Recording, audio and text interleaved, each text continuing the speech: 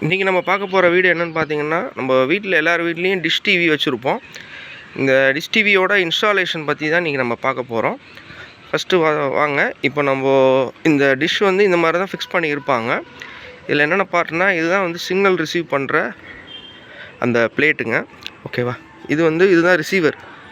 இந்த ரிசீவர் வழியாக தான் நமக்கு சிக்னல் வந்து இந்த பிளேட்லேருந்து கலெக்ட் பண்ணிவிட்டு இந்த ஒயர் வழியாக நமக்கு செட்டாப் பாக்ஸுக்கு போகும். ஓகேங்களா, இதுதான் இதில் இருக்க மேஜர் பார்ட். ஓகேங்களா, இதில் கீழே பார்த்தீங்கன்னா நிறைய பேர் இந்த அட்ஜஸ்ட்மெண்ட் இருக்குது பார்த்தீங்களா.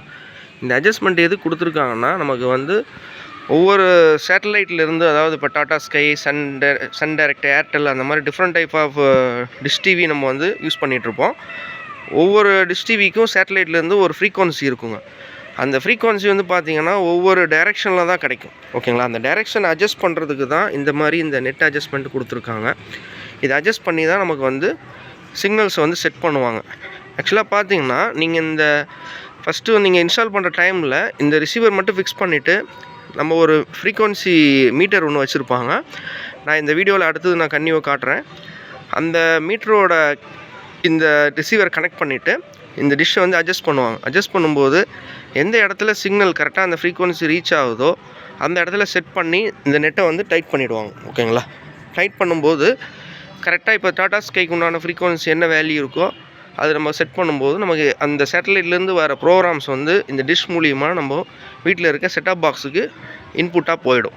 ஓகேங்களா, அடுத்தது பார்த்திங்கன்னா நம்ம செட்டாப் பாக்ஸ்குள்ளே என்ன நடக்குங்கிறத பார்க்கலாம்.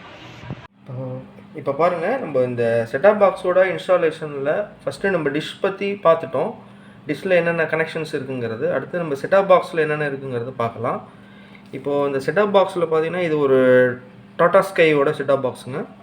இந்த செட்டாப் பாக்ஸ் பேக் சைடில் பாருங்கள், இது வந்து நம்ம டிஷ் டிவிலேருந்து வர சேட்டலைட், அதாவது சேட்டின்னு கொடுத்துருவாங்க பார்த்தீங்களா. அதாவது வந்து டிஷ் டிவிலேருந்து வர ரிசீவர்லேருந்து வர கேபிள் வந்து இதில் கனெக்ட் பண்ணுங்க.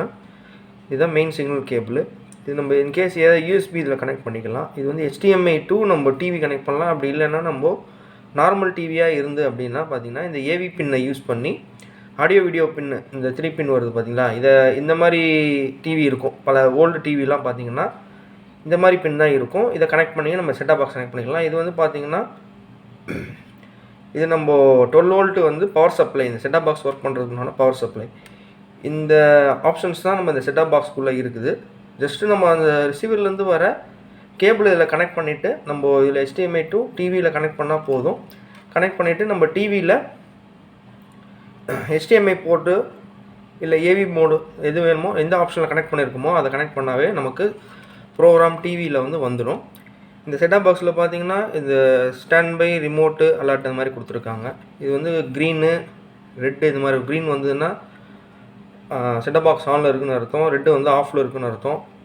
இப்போ ரிமோட் ஃபங்க்ஷன் ஆகிறதுக்கு உண்டான இன்ஃப்ராரெட் கொடுத்துருப்பாங்க. இதுதான் இருக்கும். இதில் வந்து முன்னாடிலாம் பார்த்தீங்கன்னா இந்த செட்டாப் பாக்ஸில் ஒரு கார்டு மாதிரி கொடுப்பாங்க. அந்த கார்டு வந்து நம்ம ரீசார்ஜ் பண்ணுறதுக்கு இன்சர்ட் பண்ணுற மாதிரி இருக்கும். இப்போ இந்த மாதிரி இப்போ வர லேட்டஸ்ட் செட்டாப் பாக்ஸ்லேயே இந்த இன்பில்டாக இருக்கும். இதோட நம்பர் வந்து இங்கேயே டிஸ்பிளே பண்ணியிருக்காங்க பாருங்கள். இந்த மாதிரி தான் இருக்கும். இந்த செட்டாப் பாக்ஸோட நம்பரு, சீரியல் நம்பர் இதெல்லாம் கொடுத்துருப்பாங்க. சரிங்களா, இந்த நம்பரை வச்சு தான் நம்ம வந்து ரீசார்ஜ் பண்ணுவோம். ஓகேங்களா, நம்ம முன்னாடியே சொல்லியிருந்தோம் பார்த்தீங்களா, நம்ம டிஷ் டிவி வந்து இன்ஸ்டால் பண்ணும்போது இந்த சேட்டலைட் மீட்டர் வந்து வேணுங்க. சரிங்களா, இந்த சேட்டலைட் மீட்டர் இருந்தால் தான் நம்ம அந்த டிஷ் டிவி இன்ஸ்டால் பண்ண முடியும். சரிங்களா, இந்த சேட்டலைட்டு வர சிக்னல் வந்து கரெக்டாக இருக்காங்கிறது அந்த பொசிஷன் அட்ஜஸ்ட் பண்ணி நம்ம செட் பண்ணும்போது தான் இந்த கரெக்டான சிக்னல் வந்து நமக்கு கிடைக்கும். அப்புறம் அது மூலிமா தான் நமக்கு ப்ரோக்ராம், கரெக்டான டிவி சேனல் வந்து நமக்கு அவுட்புட்டு வந்து வருங்க. ஓகேங்களா, இந்த மாதிரி தான் வந்து எல்லா டிஷ் டிவியுமே இந்த மாதிரி தான் செட் பண்ணுவாங்க, இந்த மீட்டரை வச்சு தான். ஓகேங்களா, இப்போ நம்ம யூஸ் பண்ணுற வீட்டில் இருக்க எல்லா டிஷ் டிவியுமே இந்த மாதிரி தான் இன்ஸ்டாலேஷன் பண்ணுவாங்க. இன்றைக்கி நம்ம இந்த டிஷ் டிவி இன்ஸ்டாலேஷன் பற்றின வீடியோ வந்து உங்களுக்கு ரொம்ப பிடிச்சிருக்குன்னு நினைக்கிறேன். மறக்காமல் எங்கள் சேனலை சப்ஸ்கிரைப் பண்ணிவிடுங்க.